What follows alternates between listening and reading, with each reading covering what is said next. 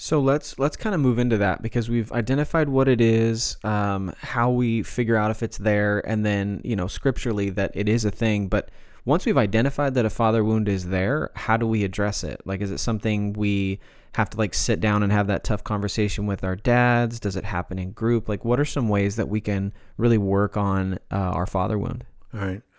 Well, as I indicated, frequent indication of a father wound is anger because you're so frustrated. Mm-hmm. You don't know who you are. I found a great resource. It's called Act on Life, Not on Anger.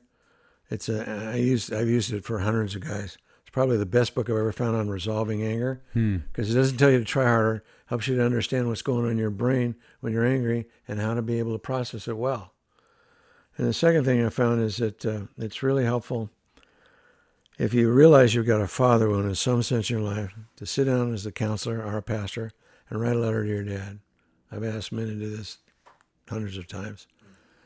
And there should be 3 parts to the letter. Number 1, tell your dad what you're thankful for, because there are no all bad dads. They tried the best they could, okay? So it's really important that you thank him for what he did in your life. Then articulate those areas where you felt wounded. And he may not even perceive he wounded you. He's just living life. Mm-hmm. I remember my daughter, she asked me to go out to breakfast one day after she had taken a number of healing classes in East Hill Church. She says, Dad, I always felt like to be with you, I had to do what you wanted to do. That was the furthest thing from my life. Mm-hmm. I just broke down and bawled. I said, honey, I'd never been around a daughter. I didn't know what to do with a girl. Mm-hmm. I just wanted to do something. I wanted to pick the fun things. So she spoke to my life about that, how I wounded her. I didn't even intend to do that. So articulate those areas where you felt your dad wounded you, then make a decision to forgive him and ask him to have a relationship with you as an adult. That talks about you feeling like you're 11-year-old when you were a dad. It's really important that you articulate the woundedness and you process it and establish a new relationship with your dad.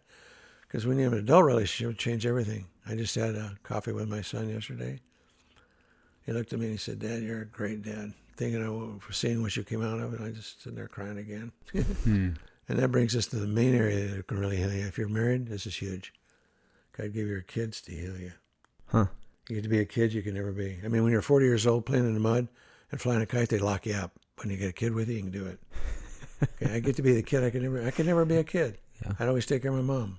She's passed out on the floor, vomiting all over the place. I had to clean it up. I didn't have any childhood. I got to be a kid again as Brian grew. Especially with your son, you can really see life through his eyes. It's huge. Yeah. Mm-hmm.